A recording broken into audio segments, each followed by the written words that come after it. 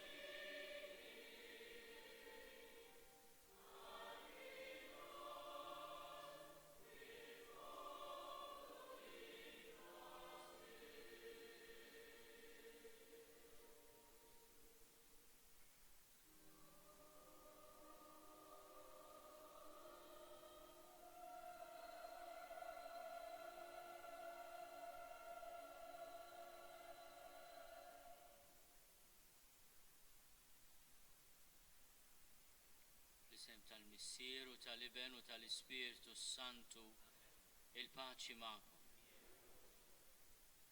Ħuti iltqajna biex nitolbu suffraġġju ta' Manuel Attar, Giuseppe Bajada, Wenzu Dajer u Karmnu Abela, vittmi ta' dak kollu li ġara fis-7 Ġunju u fit-8 ta' Ġunju. Ejjew nitolbu għal-mejtin kollha tagħna, għal dawk kollha li mietu mewta violenti u b'mod speċjali għal dawn ħutna. U narfu ħtijietna biex nitħejjew tajjeb ħalli niċċelebraw il-misteri ħaddisa. Nistqar l-Alla li jista' kollox u lilkom ħuti li jiena dnibt ħafna bil-ħsieb, bil-kliem, bil-emil u billi ħallejt dmirijieti tiegħi bl-akbar tiegħi.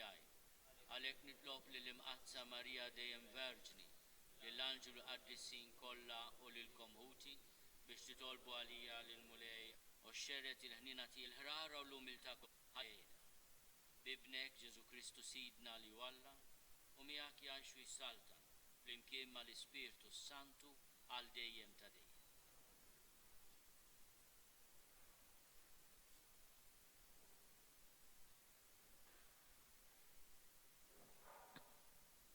Qari mill-ktieb tal-Atti tal-Apostli. F'dak iż-żmien Pietru qabad jitkellem u qal: Issa tassew qiegħed nifhem li Alla ma jħares lejn wiċċ ħadd, imma jilqa' lil kull min għandu l-biża' tiegħu u jagħmel is-sewwa. Ikun mill-liema poplu ikun. U għabat il-kelma tiegħu lil ulied Iżrael u xandrilhom islim permezz ta' Ġesu Kristu, li hu s-sit ta' kollox. Intom tafu b'dak li ġara mal-Ludija kollha, ibda mill-Galilija, wara li Ġwanni kien xandar il-Mamudija, tafu kif Alla konsagra lil Ġesu ta' Nażaret bl-Ispiritu Santu u bil-qawwa. U kif tan Ġesu għadda jagħmel il-ġid u jfejjaq lil dawk kollha li kienu maħkuma mix-xitan, għax Alla kien miegħu.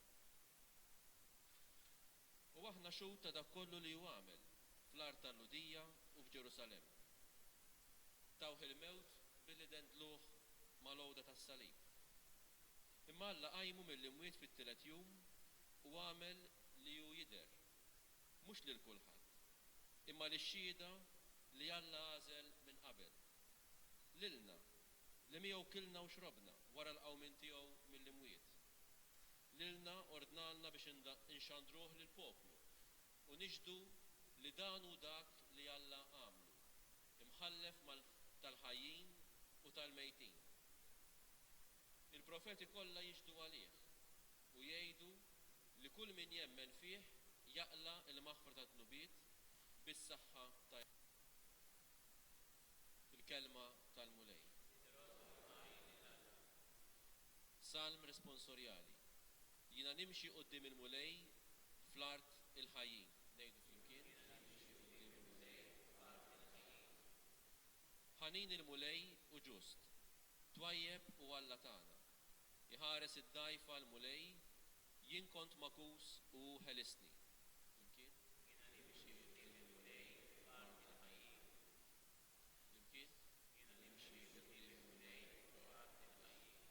Juri jifqal l-Evanġelju.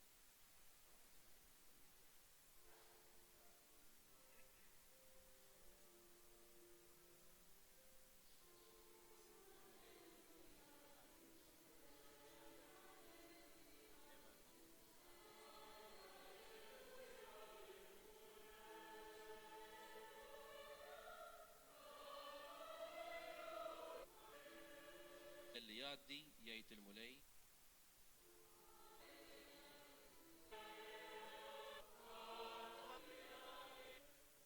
San Ġwan. In-naħa l-oħra tal-baħar u weġibhom. Mhux għax rajtu sinjali tu, mhux għallik li bin il-bniedem jagħtikom. Weġibhom ġewabat. X'sejjer tagħmel? Kom jieklu ħobs mis-sema. Mhux Mosè s-sema. Għaliex il-ħobs ta' Alla Sinjur qalulu huma ma jkun qatt bilanċ. Daw kollha li jagħtini missier jiġu għandi ma nitlef xejn mill-imwiet fl-aħħar jum. Dini ta' bil-ħaq ikollu l-ħajja ta' dejjem.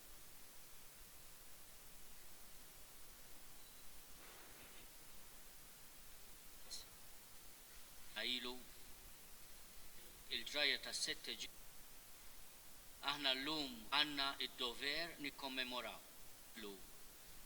Għal dak li ġarat li għalina l-Maltin, ranità fl-istituzzjonijiet tagħna fuq spallejn. Stajna nqattu il-bandiera Ingliża bħala bandiera li aħna ma nirrikonnoxxux lilna infusna fiha.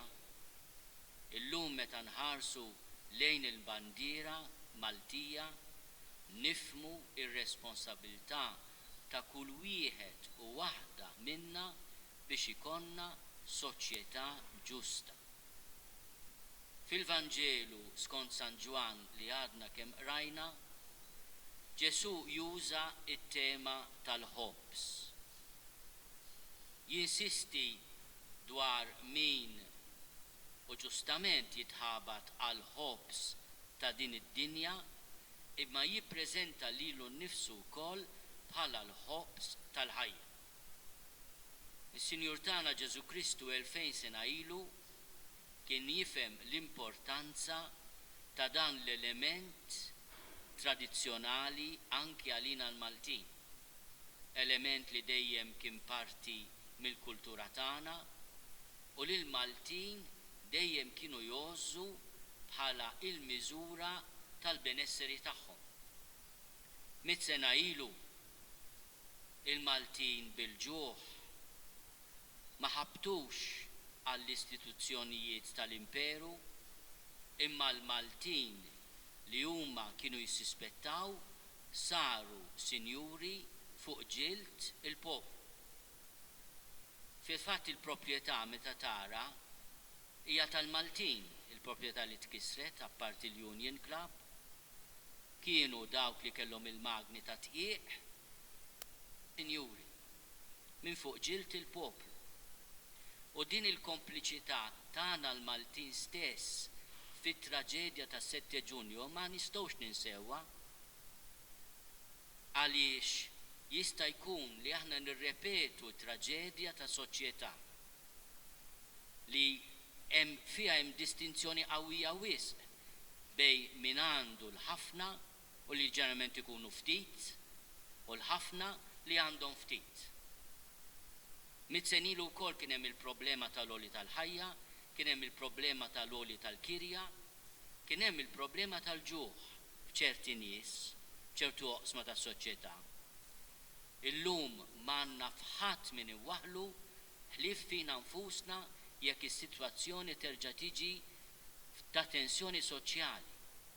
U allura l-impentana llum irid ikun anke b'tifkira solenni ta' daw l-4 rġiel żgħażagħ li mietu traġikament 3 fis-7 Ġunju u Carmelo Abela ferud gravament u mbagħad mortalment fit-8 ta' Ġunju. Jekk aħna rridu tassew nfakru l-memorja tagħhom għal soċjetà iżjed ġusta, aġla dak li ġara. Imma llum iżjed milli niftakru fil-progress kostituzzjoni ta' pajjiżna, irridu niftakru il-Kostituzzjoni hija biċċa karta. Jekk ma jkunx hemm volontà politika li nħarsuha u nwettquha. U din fil-vojt il-Kostituzzjoni. Jekk lejn u fuq kollox fil-gvern. Aħna tagħhom ma tistax empju il-każ traġiku ta' Ġunju. Missieru ħaħsib 6 tfal ma miet Asir l-Omor u Giuseppe Raġġaġġi mill-Kanada.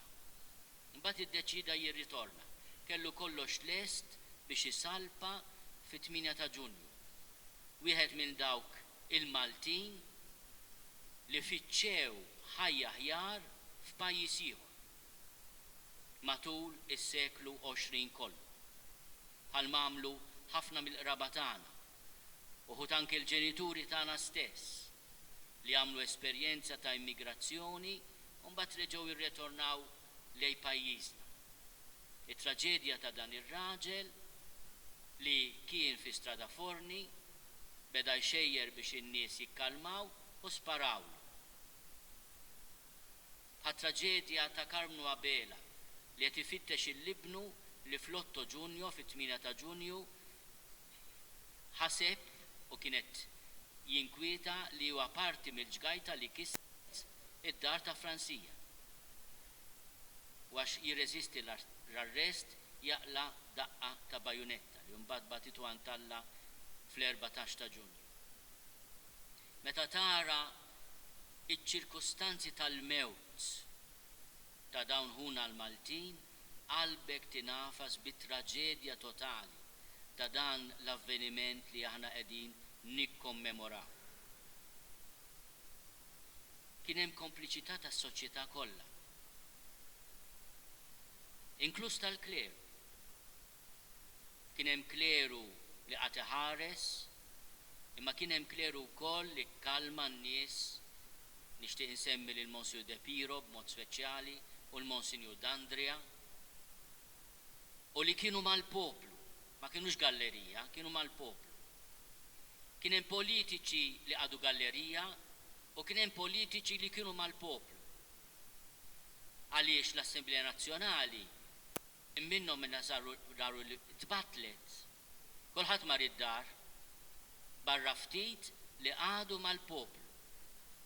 Meta aħna inħarsu sew lejn dak li ġija li wkoll kellhom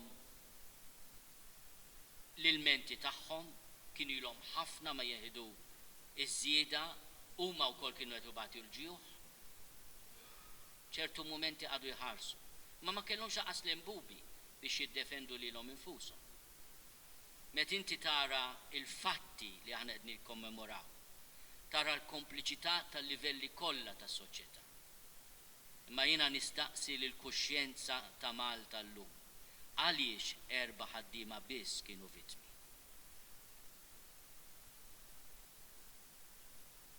Din ukoll trid tkun għalina mistoqsija li nkomplu nagħmlu. Għaliex il-fqir u ċkejken irid dejjem iħallas l-ogħla prezz. U allura ġustizzja soċjali, għas-solidarjetà. Aħna wkoll għandna nikkommemoraw il-fatt li aħna sirna l-aggressuri sfortunatament. Se ngħidula l-familja ta' Ċisse li kien fostna ifittex ħajja aħjar u qtilnieh ftit ta' xhur. Aħna sirna l-aggressuri issa, aħna nfakru l-vittmi tagħna nitolbu li ma nkunux aħna li nħolqu vittmi bl-inġustizzja u bl-odju ta' bejnietna. Dan għandu jkun l-impenn solenni tas-7 Ġunju fis-sena ċentenarja.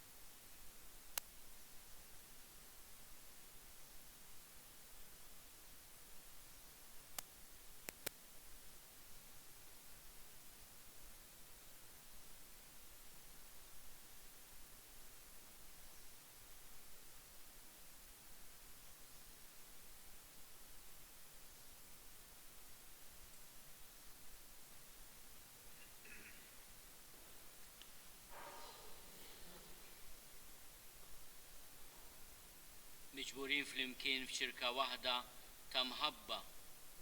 Nitolbu lil Alla jagħtina l-għajnuna kollha li neħtieġu biex il-kol fl-imkien naħdmu għal ġid ta' pajjiżna u tal-poplu tagħna kollu.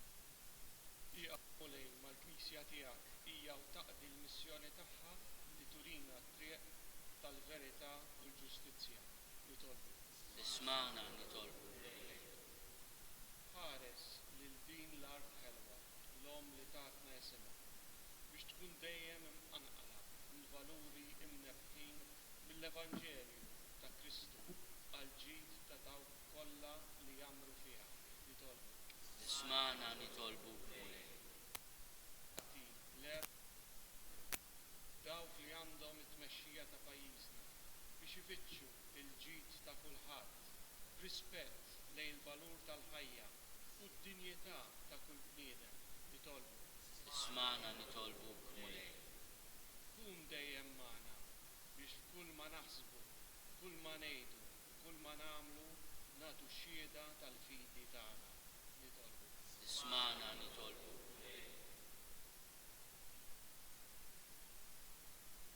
Mulej Alla tagħna isma' t-talb li qegħdin nagħmlulek illum. U aħnina tiegħek atina li bil-ħila tagħna ma naslux biex nagħmluh għax bnedmin dgħajfa. Bi Kristu Sidna.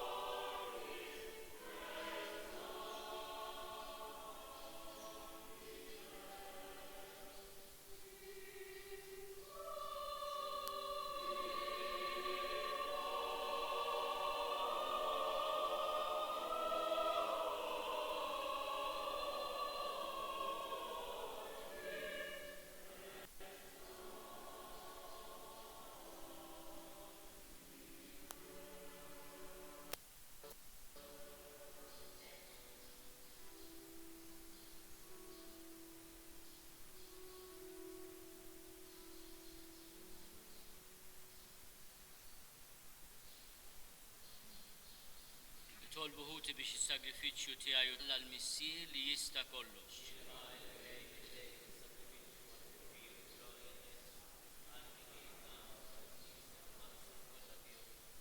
Fit-tiba tiegħek mulej ilqa' s-sagrifiċċju li sejrulek għal qaddejja tiegħek il-vittmi tas-7 Ġunju.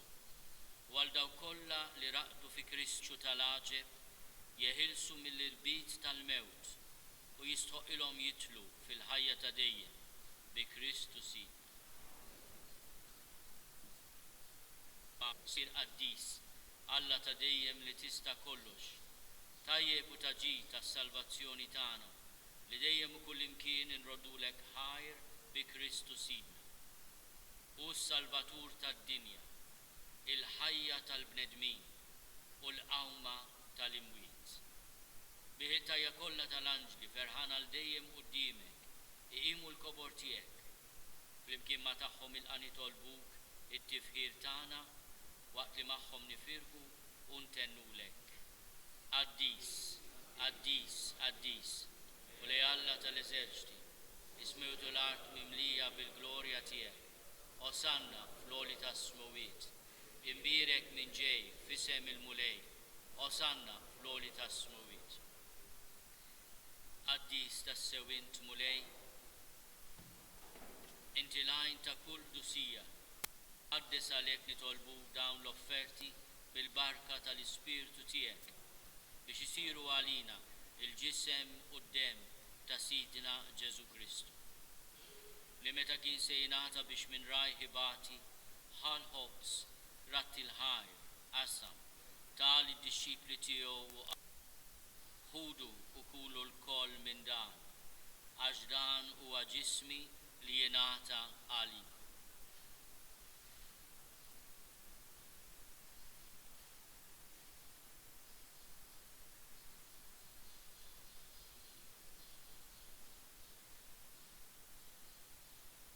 Ekku kol wara l-ikla ħal-kalċi, reġa' ratti l-ħajr, tal id-dixxipli tiegħu u qal, ħudu u jxorbu minnu l-koll, għax dan huwa l-kalċi ta' demmi, tal-patt il-ġdid li jibqa' għal dejjem, id-dem li jxerret għalikom u għal-bnedmin kollha, għal-maħfra ta' dnubiet, għamlu dan tifkira tiegħek.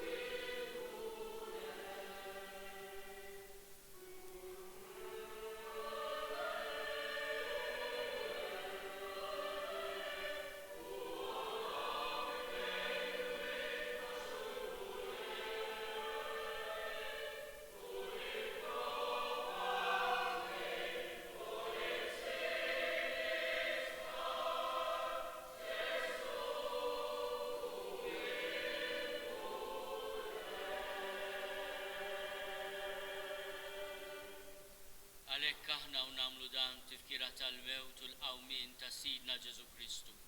Nofrulek mulej il-ħobs tal-ħajja u l-kalċi tas-salvazzjoni. Unrodulek ħajra xogħbok tilqana quddiemek biex naqdu. U miċ-ċokontana nitolbu li l-Ispirtu Santu jaqqadna f'ġisem wieħed, lilna li nieħdu sehem il-ġisem u d-dem ta' Kristu.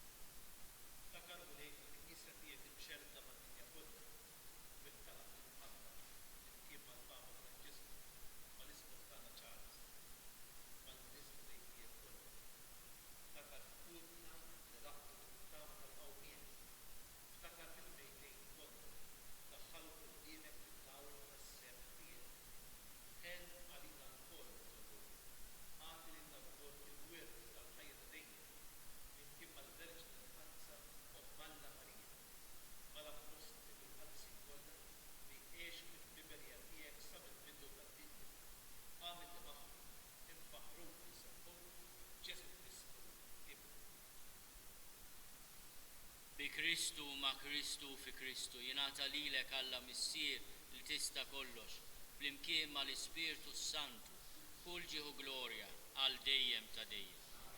Ejjew nitolbu kif għallimna u ridna namlu li benta Alla Ġesu għas-salvazzjoni tagħna.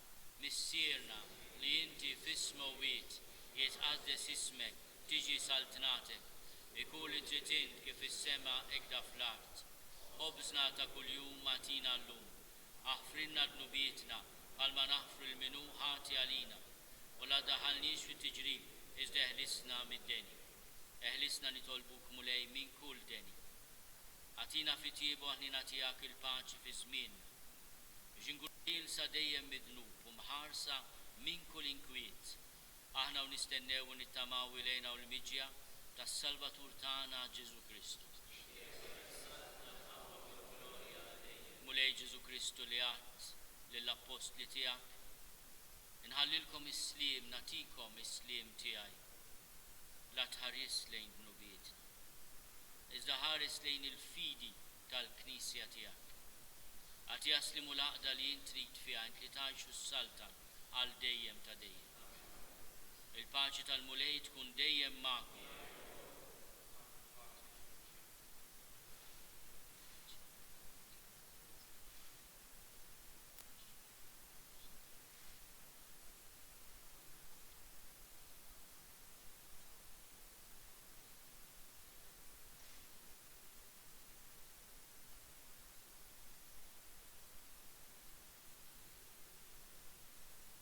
Ħaruf talla li tneħħi d-nubiet tad-dinja ħenna lina. Ħaruf talla li tneħħi d-nubiet tad-dinja ħenna lina. Ħaruf talla li tneħħi d-nubiet tad-dinja għatina l-paċi.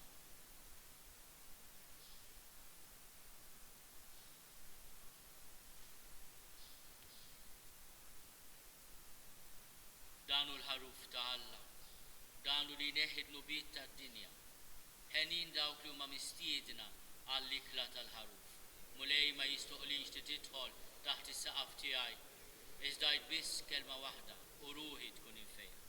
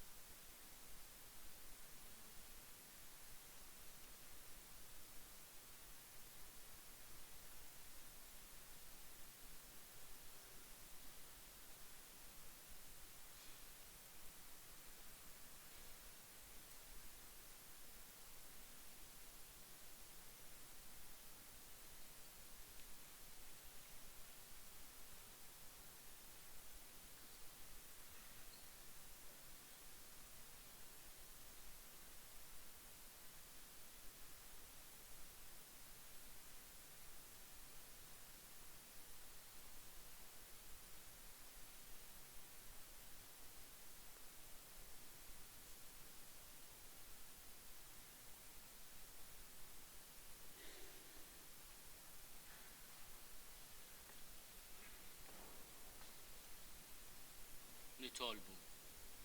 U Alla li tista' kollox ħadna sem fil-misteri qaddisa tiegħek, għamel li din it-qarbina tiswilna għas-salvazzjoni tagħna u taqla l-ħnina u l-maħfra l-qaddija tiegħek il-mejtin vittmi tas-7 Ġunju li għalihom tlabna il-ħnina tiegħek bi Kristu si.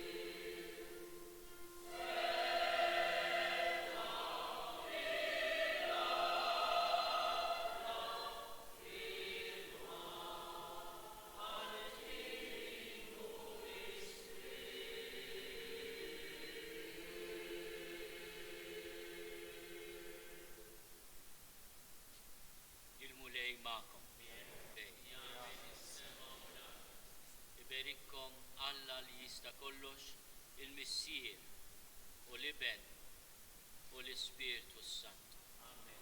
Għatihom u mulej il-mistriet ta' dejjem jistrieħu fis-slim. Morru